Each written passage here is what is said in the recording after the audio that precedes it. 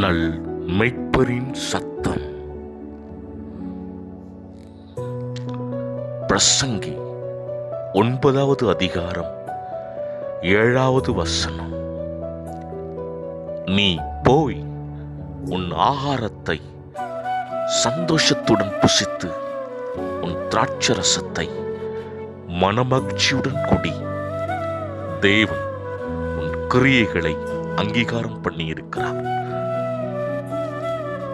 கிறிஸ்துவில் மிகவும் பிரியமானவர்களே, வேதவசனம் சொல்லப்படுகிற பிரகாரமாக தேவனாகிய கர்த்தர் உங்களுடைய கிரியைகளை அங்கீகாரம் பண்ணியிருக்கிறார்.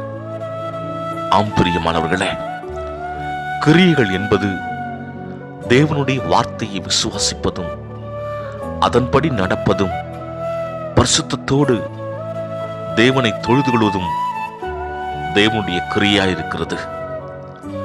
ஆம் பிரியமானவர்களே, அந்த பரிசுத்தமான காரியங்களை தேவனுடைய சமூகத்தில் நாம் அபியாசப்படுத்துகிற பொழுது அது அப்படியே நம்முடைய குடும்பத்திற்கும் நாம் வாழ்ந்து கொண்டிருக்கிற சமுதாயத்திற்கும் சாரமேற்றும் வண்ணமாக அந்த தேவனுடைய கிரியைகள் வெளியரங்கமாக்கப்படுகின்றன.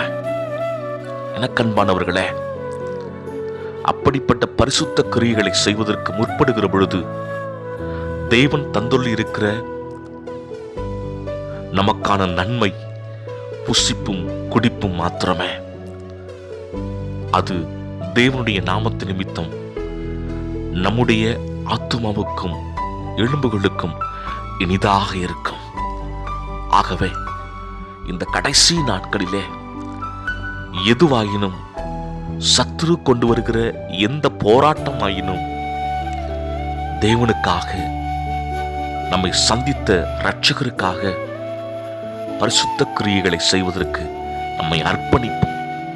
அப்பொழுது நம்முடைய காரியங்கள் எல்லாம் தேவன் அங்கீகரித்து பெரிய நன்மைகளை நம்முடைய வாழ்க்கையில அனுபவிக்க தேவன் கிருபை பாராட்டுவாராக.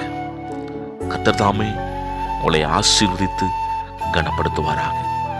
ஆமென், ஆமென்.